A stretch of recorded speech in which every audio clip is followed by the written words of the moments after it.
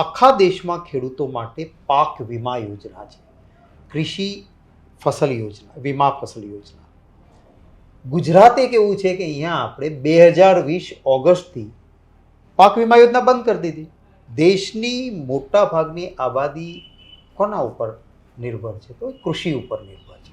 સીધા કે આડકતરા ખેતી સાથે જોડાયેલા લોકો છે. આ વખતે તમામ પ્રકારની મહેનતથી તૈયાર થયેલો પાક જેના તૈયાર હતા એ તૈયાર પાકમાં દિવસો સુધી વરસાદ ધીમો કે જોરદાર પડ્યા જ કર્યો અને પરિણામે તૈયાર થયેલા પાક ઉપર તો એક પાણીનું ટીપું પણ ઝેર ગણાય. જામનગર જિલ્લામાં એક વ્યક્તિએ આત્મહત્યા કરી. એ ખેડૂતે કહ્યું કે મેં સોનું ગીરવે મૂકીને પૈસા લાવીને આમાં રોકાણ કર્યું, મારો પાક નિષ્ફળ ગયો એટલે હું આત્મહત્યા કરું છું. ઉના તાલુકામાં એક વ્યક્તિ ખેડૂત પથ્થરો બાંધી અને કૂવામાં પડીને ડૂબીને મરે છે. માણસને પોતાના જીવથી વાળું કંઈ જ નહીં. આ અંતિમ પગલું લેવું શું કામ પડે છે ખેડૂતો? 21 લાખ કરોડ તમે મોટા ઉદ્યોગપતિના માફ કરી શકો તો એના પ્રમાણમાં ખેડૂતોનો તો કઈ રકમ નથી. કેમ માફ ના થાય? નથી કરતા. આજે શું થયું? ડૉક્ટરનો દીકરો ઈચ્છે છે હું ડૉક્ટર થાઉં, વકીલનો દીકરો ઈચ્છે છે વકીલ થાઉં, ખેડૂતનો દીકરો ઈચ્છતો નથી હું ખેડૂત થાઉં. કારણ કે પોષણક્ષમ ખેતી રહેવાની સરકારની નીતિઓ એવી ખોટી થઈ છે કે ખેડૂતના ઘરમાં માલ આવે ત્યારે નિકાસની છૂટ હોય એટલે ભાવ તળિયે હોય, ખેડૂત સંઘરી ના શકે.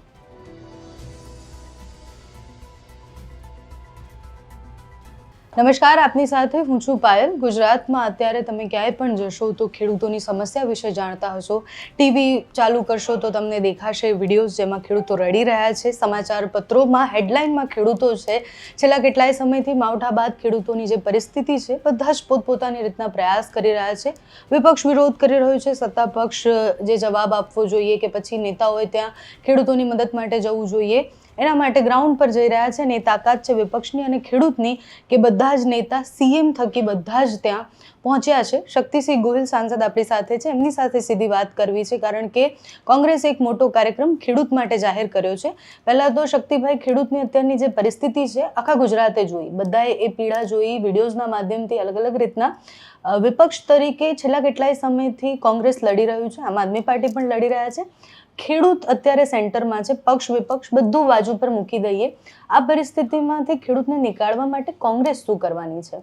તો પહેલી વાત તો એ છે કે આપણો દેશ એક કૃષિ પ્રધાન દેશ છે. આપણો દેશ એ ઉદ્યોગ પ્રધાન દેશ નથી. હું ઉદ્યોગોનો વિરોધી નથી, ઉદ્યોગ હોવા જોઈએ, પરંતુ દેશની મોટા ભાગની આબાદી કોના ઉપર નિર્ભર છે? તો કૃષિ ઉપર નિર્ભર છે. સીધા કે આડકતરા ખેતી સાથે જોડાયેલા લોકો છે. અને બીજું, માણસના પેટનો ખાડો પૂરી શકે એવું અન્ન પેદા કોઈ કરવાની તાકાત ધરાવે છે તો એ માત્ર ને માત્ર ખેડૂત ધરાવે છે. નાની મોટી મુશ્કેલીઓ, કુદરતી આફતો, પાક સંરક્ષણ માટે કે પાકના ઉછેર માટે જતા હોય ત્યારે ઝેરી જીવડાઓથી માંડીને વન્ય પ્રાણીઓ સુધીના ત્રાસની વચ્ચે ખેડૂત એક સંઘર્ષથી જીવન જીવવા ટેવાયેલો હોય છે અને એ આત્મહત્યા નથી કરતો. પણ આ વખતે જે પરિસ્થિતિ પેદા થઈ છે એ ખેડૂતની સહન શક્તિને પાર કરે એવી પીડા ઊભી થઈ છે. પહેલો વરસાદ થયો હોય અને બિયારણ વાવ્યું અને ફેલ ગયું તો ફરી વાવવામાં ખેડૂત આત્મહત્યા નથી કરતો. પાક તૈયાર થયો હોય અને થોડું ઘણું નુકસાન થાય, ખેડૂત મુશ્કેલીમાં આવે, સહન કરી લે છે. આ વખતે તમામ પ્રકારની મહેનતથી તૈયાર થયેલો પાક, કારણ કે દિવાળીની આસપાસ સંપૂર્ણપણે મગફળી હોય, એ ચોમાસું જુવાર બાજરી કરેલી હોય તો એ હોય, કપાસ હોય, ડુંગળી હોય, પાક જેના તૈયાર હતા એ તૈયાર પાકમાં દિવસો સુધી વરસાદ ધીમો કે જોરદાર પડ્યા જ કર્યો અને પરિણામે તૈયાર થયેલા પાક ઉપર તો એક પાણીનું ટીપું પણ ઝેર ગણાય. એ દાણો ઉગી જાય અને એ ઉગી ગયેલો દાણો છે એ ખાતર જ થઈ જાય, કોઈ શું કામનું ન રહે. એટલે એવી ખરાબ પરિસ્થિતિ થઈ ત્યારે ખેડૂતની અપેક્ષા હોય કે મને આ નુકસાનમાંથી કંઈક રક્ષણ મળે. તમે ગાડી કે મોટરસાઇકલ વાપરો છો, તમને ખબર છે કે આમાં જોખમ છે, પણ તમે વીમો લઈને ફરો છો કે મારી ગાડી કાલ સવારે સળગી જશે તો વીમા કંપની મને એમાંથી 80% 90% કે મારો અધિકાર હશે એટલા પૈસા મળશે. આખા દેશમાં ખેડૂતો માટે પાક વીમા યોજના છે, કૃષિ ફસલ યોજના, વીમા ફસલ યોજના. ગુજરાત એક એવું છે કે અહીંયા આપણે 2020 ઓગસ્ટથી પાક વીમા યોજના બંધ કરી દીધી. શું કારણ છે ભાઈ? ભારતીય જનતા પાર્ટીને થોકબંધ મતો ખેડૂતો આપે છે, ગુજરાત આપે છે એટલા માટે. અને એટલે ખેડૂતની પાસે કોઈ આશા નથી કે ભાઈ મારો પાક ખલાસ થઈ ગયો, વીમો તો છે નહીં. જે જામનગર જિલ્લામાં એક વ્યક્તિએ આત્મહત્યા કરી, એ ખેડૂતે કહ્યું કે મેં સોનું ગીરવે મૂકીને પૈસા લાવીને આમાં રોકાણ કર્યું, મારો પાક નિષ્ફળ ગયો એટલે હું આત્મહત્યા કરું છું. ઉના તાલુકામાં એક વ્યક્તિ ખેડૂત પથ્થરો બાંધી અને કૂવામાં પડીને ડૂબીને મરે છે. માણસને પોતાના જીવથી વાલું કંઈ જ ના હોય. આ અંતિમ પગલું લેવું શું કામ પડે છે ખેડૂતોએ? સરકારની શું કોઈ જવાબદારી નથી? અમારી એ જ કોશિશ છે કે મુશ્કેલીના સમયમાં ખેડૂતોની પીડામાં ભાગીદાર થઈએ અને સરકાર ઉપર એક સરકારની એમ તો અમારે દબાણ કરવાની જરૂર નથી, સરકારની ફરજનો ભાગ છે એને મદદ કરવી જોઈએ. એને અમે આજે કોંગ્રેસવાળા છીએ એટલે બોલીએ એવું નહીં. તમે આપ યાદ કરજો, રાજીવ ગાંધીનો સમય હતો, નજીવા પૈસામાં ખેડૂતને વીમો મળતો હતો અને પુષ્કળ રૂપિયા, કારણ કે ગુજરાતમાં વારંવાર ત્યારે દુષ્કાળ પડ્યા હતા. હું પોતે પણ ખેડૂત છું. મેં ઉત્પાદન નહોતું મેળવ્યું એટલી મને વીમાની રકમ મળી હતી રાજીવ ગાંધીના સમયમાં. ખેડૂતોની દેવા માફી પહેલી વખત એ વડાપ્રધાન રાજીવ ગાંધી હતા ત્યારે એમણે કરી. સેકન્ડ ટાઈમ મનમોહનસિંહજી અને સોનિયા ગાંધીજીના નેતૃત્વએ, અને કેટલા થયા? 78,000 કરોડ રૂપિયા ખાલી દેવા પડ્યા. આખા દેશના ખેડૂતોનું દેવું માફ થયું. 21 લાખ કરોડ તમે મોટા ઉદ્યોગપતિના માફ કરી શકો તો એના પ્રમાણમાં ખેડૂતોનો તો કઈ રકમ નથી. કેમ માફ ન થાય? નથી કરતા. પશુપાલકોને આજે ખૂબ ખરાબ પરિસ્થિતિ પેદા થઈ. હું સૌરાષ્ટ્રમાંથી આવું છું. સૌરાષ્ટ્રમાં સિંગની પાંદડી કે આખું વર્ષ એને સંઘરી રાખી શકાય, એક વખત સૂકવ્યા પછી એને પશુને ઘાસ તરીકે ખાવા તરીકે આપી શકાય. સોયાબીનનો પાંદડાઓમાંથી જે ભેગો થયેલો માલ છે એ પશુને આહાર તરીકે આપી શકાય. બંને સંપૂર્ણ નાશ પામ્યા છે. તો સરકારે મફત ઘાસ નહીં આપવું જોઈએ. આ નથી થતું. એના માટે દ્વારકાથી લઈને દ્વારકા સુધી, સોમનાથથી લઈને દ્વારકા સુધી તમામ જિલ્લાઓની યાત્રાનો એક પ્રયાસ છે. શક્તિભાઈ, આપણે જ્યારે ખેડૂતોની પરિસ્થિતિ જોઈએ એટલે સાંત્વના તો અમે પણ આપી શકીએ, તમે પણ આપી શકો, પણ મોટાભાગે સાંત્વનાથી ખેડૂતનું કશું થતું નથી. એટલે તમે યાત્રા કરશો, ખેડૂતની પીડા આપણે વધારે સારી રીતના જાણી શકીશું, પણ એનાથી ખેડૂતોનું શું બદલાશે? એમને તો જોઈએ છે જેને માય બાપ બનાવીને એ ગાદી પર બેસાડ્યા છે, જેની પાસે એ આશા રાખે છે, એને શું કરવું જોઈએ? પહેલી વાત તો એ છે કે આપણે કોઈનું બેસણું હોય તો આપણે જતા હોઈએ છીએ. જવાથી એ માણસ જીવતો નથી થઈ જવાતો, એ માણસનું કોઈ ભલું નથી કરી દેતા આપણે, પણ આપણે એને સથિયારો આપીએ છીએ કે તારા દુઃખમાં હું પણ સહભાગી છું. અને એનાથી એક સાંત્વના મળતી હોય છે, એક આત્મવિશ્વાસ મળતો હોય છે કે મારા સંઘર્ષમાં મારી સાથે લોકો છે, જેથી અંતિમ પગલું આત્મહત્યા સુધીનું ન લેવાય. આ યાત્રા પાછળનું એક કારણ એ છે કે ખેડૂતોને અમે કહેવા માંગીએ છીએ કે તમારા દુઃખમાં તમે એકલા નથી, અમે તમારી સાથે છીએ. સરકાર નહીં સાંભળે તો અમે પણ તમારા અવાજને બુલંદ કરવા પ્રયત્ન કરીશું. ધારાસભા હશે, સંસદ હશે, અવાજ ઉઠાવીશું.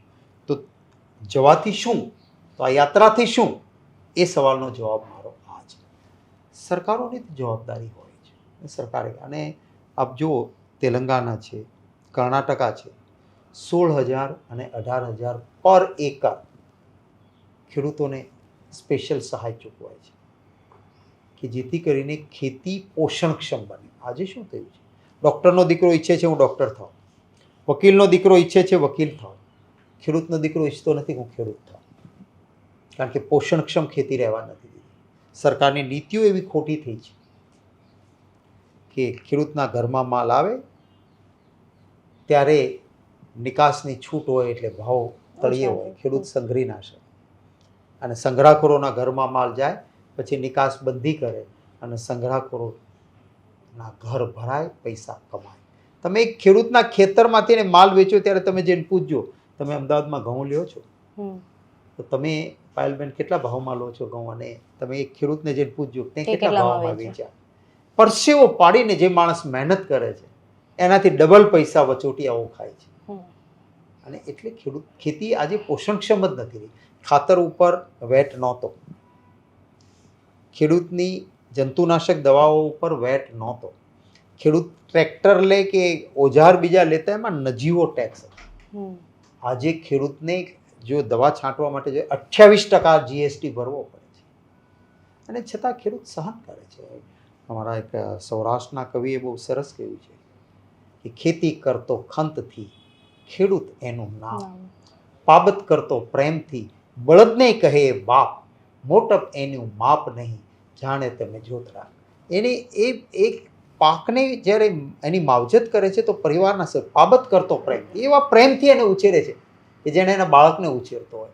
બળદ પાસેથી કામ લે છે પણ એને કહે છે બાપ, હાલ મારા બાપ, હાલો બાપલા હાલો, એમ કરીને ખેડૂત એને એક બળદને પણ, અને બળદ પાસેથી જ્યારે વાવણીના બીજા સમયે કામ લે છે તો એને ઘઉં અને ગોળ ભેગો કરીને, ઘઉંને થોડું દળી ભડકું કરીને ગોળને કરીને એને એના લાડુ બનાવીને ખવડાવે છે. આટલો સંવેદનશીલ ખેડૂત, અને એના દુઃખ માટે સરકાર જાગતી નથી, એનો રંજ છે.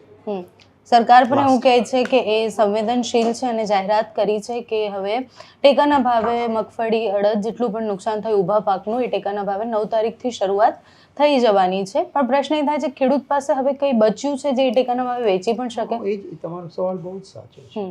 અને જે સર્વેવાળા જાય છે એને ખેતીની ભાન જ નથી. હું તો ખેતી સાથે જોડાયેલો છું.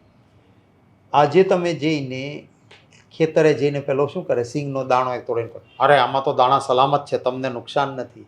અરે ભાઈ, આ પાણીમાં પલળેલો દાણો છે, થોડોક તડકો લાગશે એટલે 2 કે 3 દિવસમાં આ દાણો ફૂટી જશે, એમાંથી કોંટો નીકળશે, ઉગી જશે, અને બીજા 3જા દિવસે એ સડી જશે.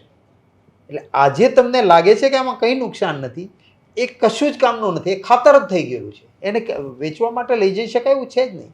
અને આમ છતાં સરકારે જે કેપ નક્કી કરી છે એમાં કોઈ સંજોગોમાં ટેકાના ભાવે ના ખરીદી શકાય. જેટલો પાક જો માર્કેટમાં ખેડૂતનો પોષણક્ષમ ભાવોથી મિનિમમ સપોર્ટ પ્રાઇસથી ન વેચાય તો જેટલો માલ આવે એટલો સરકારે ખરીદવો જોઈએ. અને ખરીદતી વખતે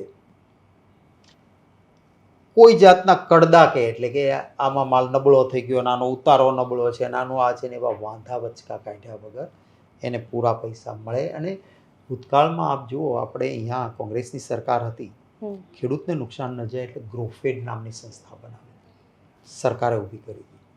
અને ગ્રોફેડનું કામ શું હતું કે તેલિયા રાજાઓ શોષણ ના કરે એટલા માટે ખેડૂતના ઘરમાં માલ આવે તો ગ્રોફેડ સિંગ સારા ઊંચા ભાવથી ખરીદે, તેલ બનાવે, અને ઉપભોક્તા એટલે શહેરમાં રહેનો માણસ તેલ ખાતો હોય તો એની પાસેથી વેપારીઓ, સંગ્રાહકો વધુ પૈસા ન લે, એટલે ગ્રોફેડ તેલ માર્કેટમાં આપી દેતું, વેચતું તેલ.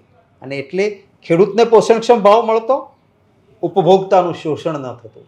આને સરકારની નીતિ કહેવાય. આ ભાજપની સરકારે ગ્રોફેડને ખતમ કરી દીધું, પતાવી દીધું. ગ્રોફેડ સંસ્થા જ ન રહી. આજે કોંગ્રેસે ઊભી કરેલી અસ્કિયામાં તો વેચાઈ ગઈ. ખેડૂત તરફી નીતિ જ નથી આ સરકારની, અને એટલે આ બધી મુશ્કેલીઓનો સામનો છે. છેલ્લો સવાલ છે, વિપક્ષની માંગ શું છે? અને જો ખેડૂત માટે હવે થોડોક જ સમય છે, કારણ કે લાંબો સમય બધા જ લડી શકે એવી પરિસ્થિતિ પણ નથી ખેડૂતોની, વિપક્ષ શું કરશે? પહેલી માંગણી અમારી એ છે કે પાક વીમા યોજના આખા દેશમાં છે, માત્ર ગુજરાતની બંધ કરી છે, અને એટલે ખેડૂતોને નુકસાન ગયું છે, એનું વળતર વીમા કંપની નથી ચૂકવી શકી. એટલા માટે જેનું જેટલું વાવેતર એને એટલું વળતર, પૂરેપૂરું વળતર આપો. એમાં કોઈ સર્વેની જરૂર નથી. જેનું જેટલું વાવેતર એને એટલું વળતર. આ અમારી પહેલી માંગણી છે. બીજી માંગણી છે કે જે ખેડૂતો આ મુશ્કેલીમાં મુકાયા છે એનું દેવું સંપૂર્ણ માફ થવું જોઈએ, દેવા નાબૂદી થવી જોઈએ. ત્રીજી અમારી માંગણી છે કે પશુપાલકો માટે સિંગનો પાલો, સોયાબીનનો પાલો એ સંપૂર્ણ નાશ થયો છે, એટલે પશુપાલકો અને ખેડૂતો માટે ઘાસ ફોરેસ્ટના ગોડાઉનમાં પડ્યું છે, જે એ અને જરૂર પડે બહારથી લાવીને મફત ઘાસનું વિતરણ કરવું જોઈએ. ચોથી વસ્તુ કે જે ખેડૂતનો પાક બચ્યો છે થોડો ઘણો, એ લેવા માટે કોઈ કેપ ના રાખો, કોઈ વાંધા વચકા વગર જે ખેડૂત જેટલો માલ લઈને જાય એની સરકાર ખરીદી કરે. થેન્ક યુ સો મચ અખિલભાઈ. Thank you.